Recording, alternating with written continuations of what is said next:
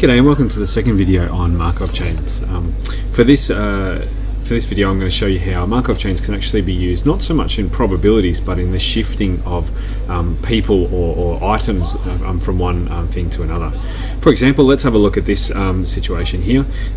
People are either catching the bus or the train to work each day. And for some reason they decide to change it up, catch the bus or the train. If they caught the train this week, they'll catch the bus next week or whatever.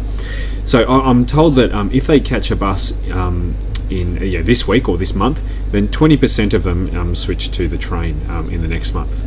And then if some people have caught the train in the first month, 30% of them switch to the bus in the next month. For whatever reason, maybe they just want to change. So let's just take this month by month. So in January, I knew that 4,800 people were using the bus and 3,600 people were using the train. So I guess the total number of that is something like 8,400 people. Okay, 8,400 people are using public transport during the month of January. Okay. Now, what I want to do is I want to find out the number of people using the train in May. Now, given that I know that these percentages change, I need to work out how many people are using the train in May. And then I think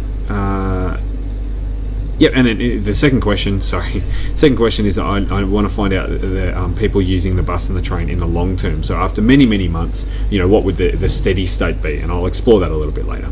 So the first thing that I do is I set up my little chain just so I know what's going on. And I'm told that if they caught the bus for 1 month, then 80% of them will stick with the bus the next month. 20% of them will go to the train. If they caught the train, then 70% of people will stay with the train, and 30% of people will go with the bus. So what I can do is I can go from January to February using this. So 4,800 people were catching the bus, and then 80% of that 4,800 people are going to keep catching the bus. So that's that one, and 20% of them are going to catch the train. Okay, so I don't need to include those people in the bus, but the other people I need to include is the people who changed from the train to the bus. Okay, so I get 3,600 people who originally caught the train. They now catch the bus. So 3,600 times 0.3, 30% of those guys, and so eventually I'll have 4,920 people catching the bus in February, and 4,800 people switching to the train. That's that one there, and 3,600 people staying with the train. 70% of them. I do that one there, and I end up getting 3,480 people. This one always should add up to the total number, which was 8,400. Okay, and now that's from January to February. Now I can do that from February to March, and from March to April, and April to May. So again, I'm going to do a similar sort of thing. I'm going to get February to March, 4,920 times 0.8 plus 3,480 times 0.3, and I get this number here, 4,920 times 0.2 plus 3,480 times 0.7, and I get this number here, 3,420. I can keep doing this until I get to finally what my figure is in May. I've got 5,025 people catching the bus, 3,375 people catching the train. So therefore my final result is 3,375 people catching the train. Okay.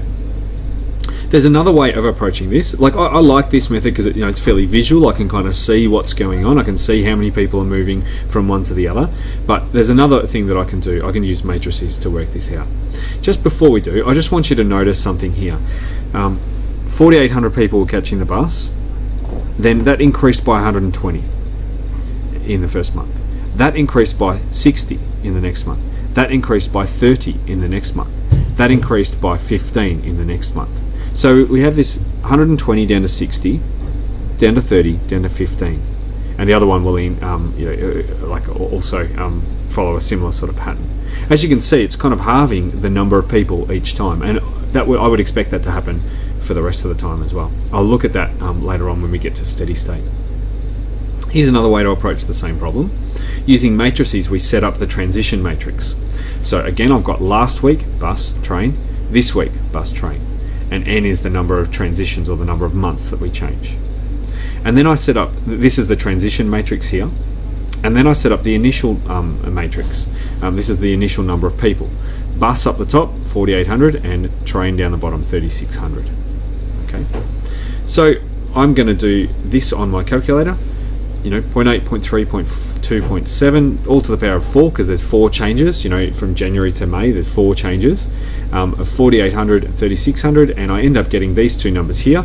This one up the top is the bus, and that one down the bottom is the train, and that's the same number that I got in the previous answer up here. So this way is a nice visual way of doing it. This way is a nice easy way if you have the calculator. Okay. In the next video, I'll look at the long run or the steady state idea. So thanks for watching this one, and make sure you watch the next one.